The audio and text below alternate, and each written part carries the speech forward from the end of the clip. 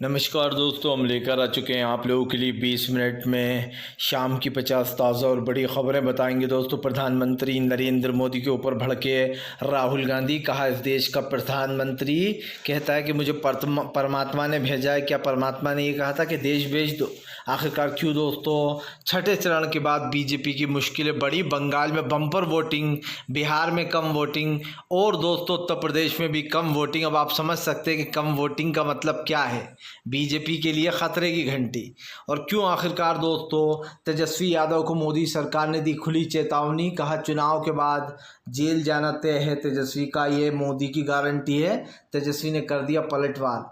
तमाम मुद्दों पर होगी बात। उससे पहले अगर आपने अब तक हमारे चैनल को सब्सक्राइब नहीं किया है, जल्दी से कर लीजिए। पास में एक घंटे आएगी, इसको भी दबाइए ताकि हर वीडियो की अपडेट आप तक पहुंच पाए। दरअसल दोस्तों, आपको बताते चले, प्रधानमंत्री नरेंद्र मोदी के ऊपर भड़के राहुल गांधी। कहा, प्रधानमंत्री नरेंद्र मोदी अपने आप को स्वतंत्र सेनानी हो और इस देश के महान लोगों से भी ऊपर समझते हैं। प्रधानमंत्री कहते हैं, राहुल गांधी ने कहा कि 4 चमचों में से एक चमची सवाल पूछती है कि मोदी जी सॉरी, आपके अंदर इतनी ऊर्जा कहाँ से आती है? राहुल गांधी ने कहा कि 4 चमचे आसपास बैठे थे। मीडिया को फिर घेर लिया राहुल ने और कहा कि उन 4 चमचों में से एक जो चमची थी वो कहती है कि आपके अंदर इतनी ऊर्जा कहाँ से आती है मोदी जी। और उसके बाद मोदी जी कहते हैं, इधर थोड़ा सोचते हैं और फिर कहते हैं कि मैं बायोलॉजिकल नहीं हूँ। मतलब कि दोस्तों, आप में हम सब बायोलॉजिकल हैं, लेकिन प्रधानमंत्री बायोलॉजिकल नहीं है। प्रधानमंत्री कहते हैं कि मुझे परमात्मा ने इसी काम के लिए भेजा है, ये परमात्मा ने मुझे जॉब दी है। राहुल ने पूछा कि परमात्मा ने ये बोला था कि फ़िलहाल देश को बेच दो, अडानी अंबानी का कर्जा 16,000 करोड़ रुपए का माफ़ कर दो, लेकिन गरीब किसान की जब बात आए तो कहो कि मैं इनका कर्जा माफ़ नहीं करूंगा क्योंकि इनकी आदत बिगड़ेगी। अब आप समझिए दोस्तों, गरीब का कर्जा माफ़ करेंगे तो आदत बिगड़ जाएगी, लेकिन पूंजीपतियों को कर्जा माफ़ हो रहा है तो आदत नहीं बिगड़ेगी। ये देश के प्रधानमंत्री की कैसी सोच है? राहुल ने सवाल उठा दिए। आपको बता दें चले दोस्तों, नरेंद्र मोदी ने खुलेआम तेजस्वी यादव को दी धमकी। तेजस्वी यादव से कहा कि फ़िलहाल ये मोदी की गारंटी है, चुनाव के बाद तेजस्वी यादव गिरफ्तार होने वाले हैं और जेल जाने वाले हैं जिन लोगों ने चारा घोटाला किया है, लैंड फॉर जॉब किया है। दरअसल दोस्तों, सबसे पहली बात तो ये कि नरेंद्र मोदी चुनाव हार रहे हैं, अब वो सत्ता में आ ही नहीं पाएंगे, ये लिख लीजिए आज आप। लेकिन फिर भी दूसरी बात भी हम कर ही लेते हैं कि अगर दोस्तों मान लीजिए नरेंद्र मोदी सत्ता में होते भी तो उनको पहले से कैसे पता चल गया कि तेजस्वी यादव जेल जाने वाले हैं? इसका मतलब तो यही हुआ कि ईडी सीबीआई के ऊपर जो आरोप लगते हैं वो बिल्कुल सही है। वो सब लोग आपके कहने पर ही काम करते हैं, आप जिसका नाम दे देते हो वो लोग उसे जाकर गिरफ्तार कर लेते हैं। तो फिर नरेंद्र मोदी जी, आप खुलकर कहिए, ढोंग मत करिए कि ईडी सीबीआई तो बहुत अच्छी संस्थाएं होती हैं, ये जो है काम अपने तरीके से करती हैं। और अभी आप खुद ही कह रहे हो कि मैं तेजस्वी यादव का जेल जाना तय है, ये मोदी की गारंटी है। अब तेजस्वी ने भी इस पर पलटवार किया और तेजस्वी ने पलटवार करते हुए कहा कि हमें ये इसको झारखंड और दिल्ली मत समझना, हम बिहारी हैं, बिहारी। एक 75 साल का बुजुर्ग एक 34 साल के युवा को डराने का काम कर रहा है। तेजस्वी ने कहा कि नरेंद्र मोदी जी, चुनाव हार रहे हो तो डर रहे हो, आप चुनाव हारने लगे तो कहने लगे कि अब हम तुम्हें जेल भेजेंगे। तेजस्वी ने कहा कि हम नहीं डरते। दोस्तों, एक तो नरेंद्र मोदी में थोड़ी सी अकल की कमी तो है, क्योंकि आप समझिए, एक देश का प्रधानमंत्री खुद ही कह रहा है कि मैं तेजस्वी यादव को जेल भेजूंगा, ये मोदी की गारंटी है। अब लोग सोच रहे हैं कि इनको पहले से कैसे पता चल जाता है। जाहिर सी बात है कि आप कह रहा हो कि हम जेल भेजेंगे तो इसका मतलब तो यही हुआ कि सारी सेटिंग हो चुकी है, सारे लोग आपके साथ हैं, पुलिसकर्मी, ईडी सीबीआई आपकी है, इसलिए आप पहले से ही कह देते हो जिसको भी जेल भेजना होता है कि इसको अब मैं जेल भेजने वाला हूँ। लेकिन अफसोस नरेंद्र मोदी जी, ये सपना तो अब सपना ही रहने वाला है, क्योंकि आपका जो बुरा वक्त है वो अब शुरू हो चुका है और जो है आप 4 जून को विदाई तय है, हमने आपका इंतज़ाम कर दिया है। आपको बता दें चले दोस्तों, फिलहाल भारतीय जनता पार्टी के ऊपर जमकर भड़कते हुए नजर आए कन्हैया कुमार। कन्हैया कुमार बोले, ये चुनाव साफ दिखाई दे रहा है, चुनाव हम ही जीतेंगे। कन्हैया कुमार ने कहा कि फिलहाल पिछले 10 सालों में नरेंद्र मोदी की सरकार ने कुछ नहीं किया और पिछले 5 सालों में मनोज तिवारी ने दिल्ली के लोगों के लिए कुछ नहीं किया। आपको बता दें, कन्हैया कुमार ने कहा कि ये मुकाबला सीधा है, क्योंकि बीजेपी ने दिल्ली में अपने 6 कैंडिडेट बदले, लेकिन 7वें को नहीं बदला, क्योंकि बीजेपी समझती है कि जो यमुना पार के लोग हैं वो बेवकूफ़ हैं और इसीलिए दोस्तों आप समझिए, कन्हैया कुमार को उतारा गया ताकि बिहार के लोग समझें, दिल्ली के लोग समझें कि क्या है। इस वक्त तो एक चीज़ साफ़ हो जाती है कि भारतीय जनता पार्टी दोस्तों का सूपड़ा साफ होने वाला है, क्योंकि इस बार विपक्ष ने पूरा प्लान बनाया बीजेपी को पमेलियन भेजने का वापस से। दोस्तों सीधी सी बात है, आज हमारे देश में महंगाई, गरीबी, बेरोजगारी जैसे मुद्दे तो हैं ही, लेकिन बीजेपी ने जो नफ़रत फैला रखी है, ये मुद्दा भी देश का सबसे बड़ा मुद्दा बन चुका है। मैं पूछना चाहता हूँ भारतीय जनता पार्टी से कि पिछले 10 सालों में मनोज तिवारी ने 5 सालों में दिल्ली के लिए क्या किया, नरेंद्र मोदी ने पिछले 10 सालों में देश की जनता के लिए क्या किया। जब बात आती है जॉब की, जब बात आती है दोस्तों कामकाज की, तो प्रधानमंत्री भाग निकलते हैं। ना प्रधानमंत्री ये बता सकते कितने लोगों को आज तक जॉब दी, ना ये बता सकते कि युवाओं के सपनों का क्या होगा।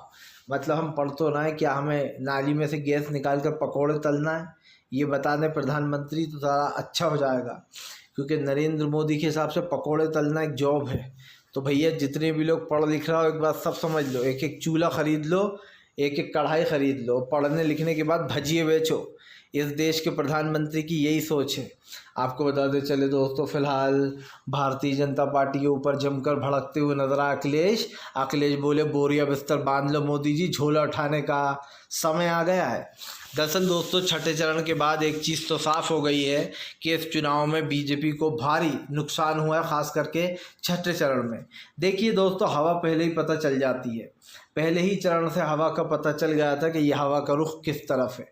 जिस तरीके से इंडिया गठबंधन को पहले ही चरण में फ़ायदा हुआ, दूसरे में बीजेपी ने बौखलाकर हिंदू मुसलमान करना शुरू कर दिया, तीसरे में बीजेपी का सूपड़ा साफ हुआ, चौथे में बीजेपी निराश हो गई, पाँचवें में बीजेपी को पता नहीं चला क्या हो रहा है, और छठे चरण में बीजेपी पूरी तरीके से वो हो गई दोस्तों गायब, यानी कि मिस्टर एक्स बन चुकी है। अब आप सोचेंगे क्यों? दरअसल दोस्तों जो सबसे बड़े 2 राज्य हैं वहाँ पर सबसे कम वोटिंग हुई है, उत्तर प्रदेश और दोस्तों बिहार। और आप अच्छे से जानते हैं ये कम वोटिंग किसके लिए हुई है, किसके लिए खतरे की घंटी है। जिन लोगों ने 2019 में नरेंद्र मोदी को वोट दिया था, वो लोग घरों से निकलकर बाहर नहीं आ रहे हैं फिर से एक बार बीजेपी को वोट देने के लिए, क्योंकि जो अंधभक्त थे दोस्तों उन्हें भी ये एहसास होने लगा है कि बीजेपी ने कुछ नहीं किया है। और पिछले जब 10 सालों में कुछ नहीं हुआ है दोस्तों, तो आप समझ सकते हैं कि बीजेपी के लिए कितना जो है मुश्किल वक्त सामने आ गया। मैं तो यही कहूँगा कि भारतीय जनता पार्टी को अब बड़ा झटका लगने जा रहा है। इस देश की जनता ने तय कर दिया है कि कौन सत्ता में रहेगा और कौन सत्ता में नहीं रहेगा। दोस्तों 4 जून को आपके सामने रिजल्ट होगा और आप देख लीजिएगा ढोल नगाड़ों के साथ इंडिया गठबंधन अपनी सरकार बनाने जा रहा है। जिस तरीके की गिनती होने वाली है दोस्तों, उसको लेकर जो यहाँ पर ये तमाम चीज़ें निकल कर सामने आई हैं। और ऐसे में दोस्तों अब जो है यहाँ पर तमाम जो मुद्दे हैं उन पर भी बात कर लेनी चाहिए। तो कम से कम यहाँ पर जो चीज़ें हो रही हैं या फिर दोस्तों जिस चीज़ों पर हम बात कर रहे हैं उसको लेकर भी सरकार घिर चुकी है। और ऐसे में दोस्तों देश की जनता के अब नए उसूल निकल कर सामने आ रहा है। आपको बताते चले दोस्तों, फिलहाल बीजेपी को लगेगा एक और बड़ा झटका। अखिलेश यादव ने दोस्तों प्रधानमंत्री के लिए खोल दिया मोर्चा। जी हाँ, दरअसल आपको बताते चले अब आखिरी चरण के चुनाव में अखिलेश ने कहा है बीजेपी पूरी तरीके से ख़त्म होने वाली है। अखिलेश ने कहा कि 7वां चरण बीजेपी के लिए अंतिम चरण बनने वाला है। और दोस्तों 7वां चरण अंतिम चरण सच में भी है और यहीं से बीजेपी का पतन शुरू हो जाता है। अब प्रधानमंत्री जी, गृह मंत्री अमित शाह, सब लोग अपना बोरिया बिस्तर समेट लीजिए और सबसे पहले तो जय शाह को हटाइए। उसके बाद जितने भी लोग पद पर बैठे हुए उन सबका टिकट काटिए, क्योंकि अब बीजेपी के दिन तो हुए हवा। अब आएगा दोस्तों दंगल में नया शेर, क्योंकि दंगल वही होगा लेकिन यहाँ का शेर अब बदल चुका होगा। आपको बताते चले दोस्तों, फिलहाल मीडिया को घेरा एक बार फिर से। जी दरअसल आपको बताते चले दोस्तों, मीडिया के ऊपर आग बबूला हो गए राहुल गांधी। कहा फिलहाल ये हमारे मित्र नहीं बल्कि मोदी जी अडानी अंबानी के मित्र हैं, इसीलिए दिन भर बस इन्हीं के बारे में खबरें चलाते हैं। दरअसल आपको बताते चले राहुल गांधी ने बीजेपी को जमकर लपेटा और कहा कि फ़िलहाल ये सिर्फ अडानी और अंबानी के सपोर्टर हैं और ये उन्हीं को सपोर्ट करते हैं। तो दोस्तों ये चीज़ तो साफ़ हो चुकी है कि जब बात अडानी और अंबानी की आती है तो प्रधानमंत्री का कुछ पता नहीं चल पाता है। 16,000 करोड़ रुपए किसे कहते हैं? वो कर्जा माफ़ किया गया अडानी और अंबानी के ऊपर। जब बात दोस्तों 16,000 करोड़ की आती है तो ये बहुत बड़ा अमाउंट होता है और आप समझ सकते हैं कि फ़िलहाल क्या क्या हो रहा है। तो ये चीज़ आप समझिए, कम से कम जो यहाँ पर हमें उस चीज़ में तो जो है यहाँ पर देखना नहीं होगा दोस्तों, क्योंकि एक चीज़ तो साफ है, अखिलेश से लेकर तो तमाम बीजेपी के नेताओं तक में भगदड़ मची, क्योंकि अखिलेश का जलवा दिखाई दे रहा है। इधर राहुल गांधी ने साफ कर दिया कि फ़िलहाल उन सब लोगों के ऊपर कार्रवाई होगी जिन लोगों ने दोस्तों चुनाव के वक्त पे घपलेबाजियाँ की हैं। कल भी हमने एक चीज़ देखी कि आम आदमी पार्टी ने चोरी पकड़ ली बीजेपी की, खुलेआम बूथों पर मोदी सरकार के पेम्पलेट रखे हुए थे दोस्तों।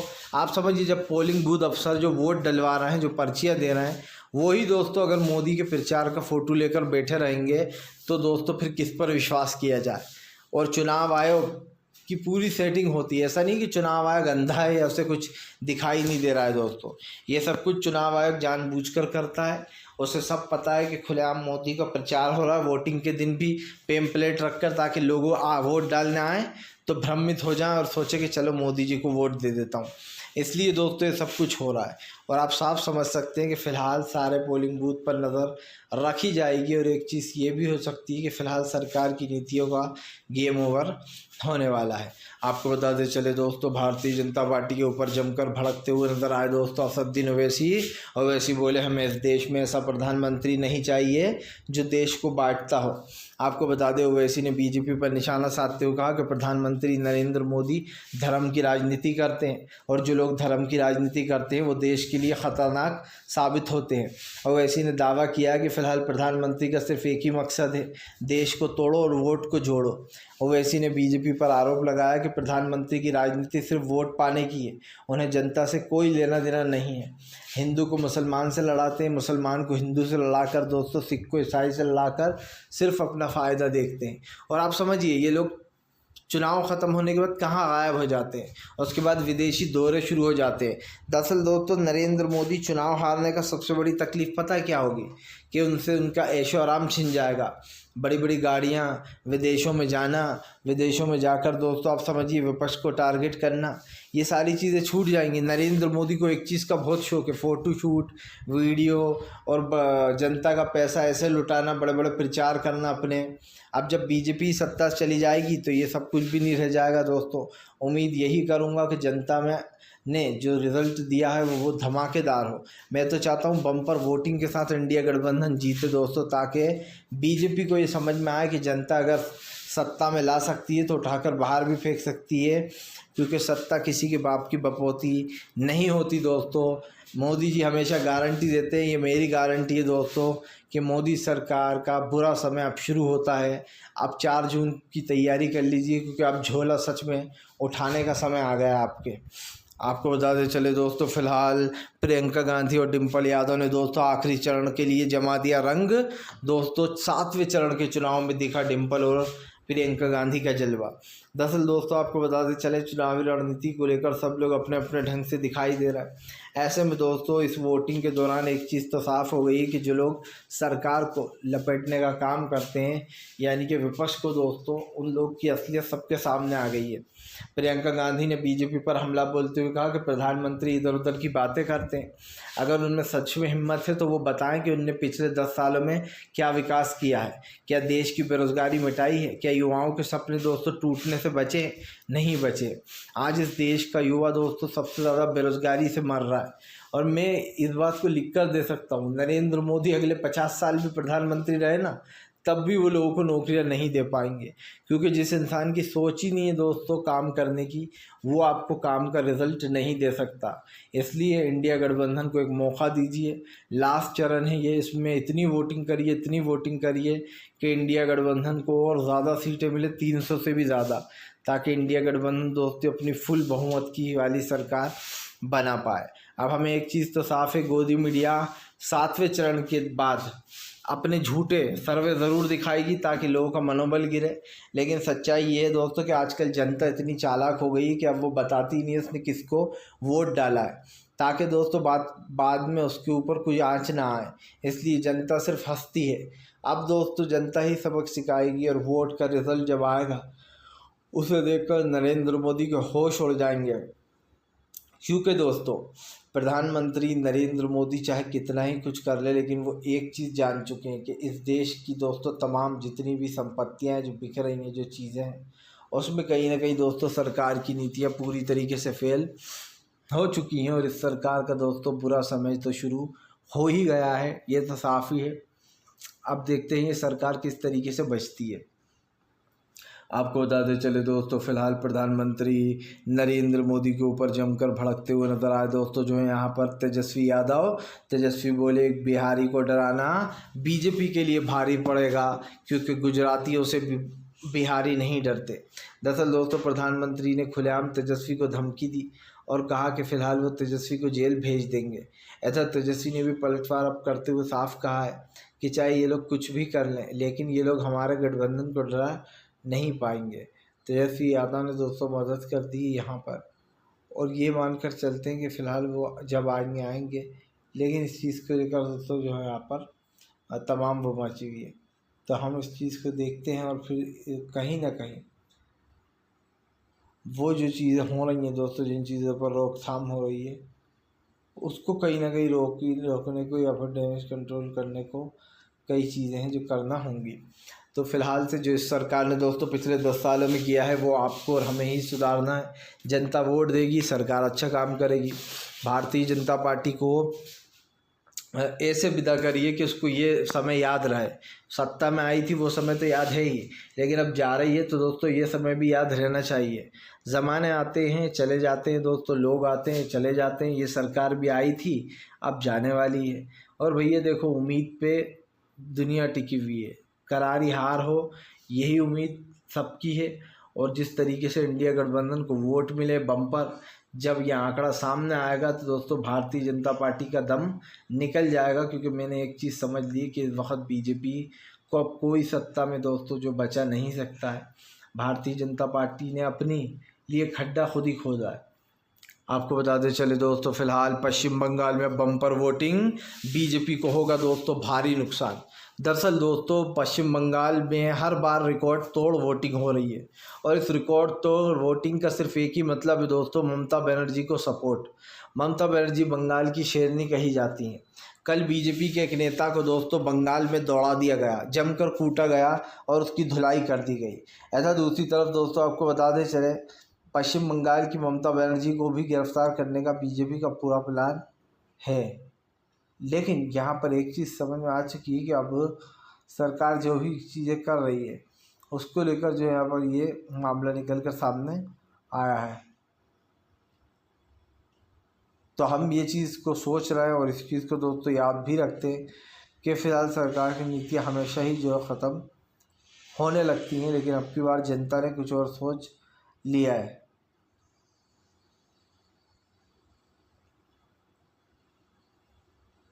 तो आप भी जो है यहाँ पर दोस्तों इस चीज़ को ज़रूर ध्यान रखिए। आपको बताते चले दोस्तों, प्रधानमंत्री नरेंद्र मोदी के ऊपर जमकर गरजे संजय रावत बोले, प्रधानमंत्री जी हार के डर से बौखला गए हैं, तभी तो लोगों को खुलेआम धमकियाँ देते फिर रहे हैं।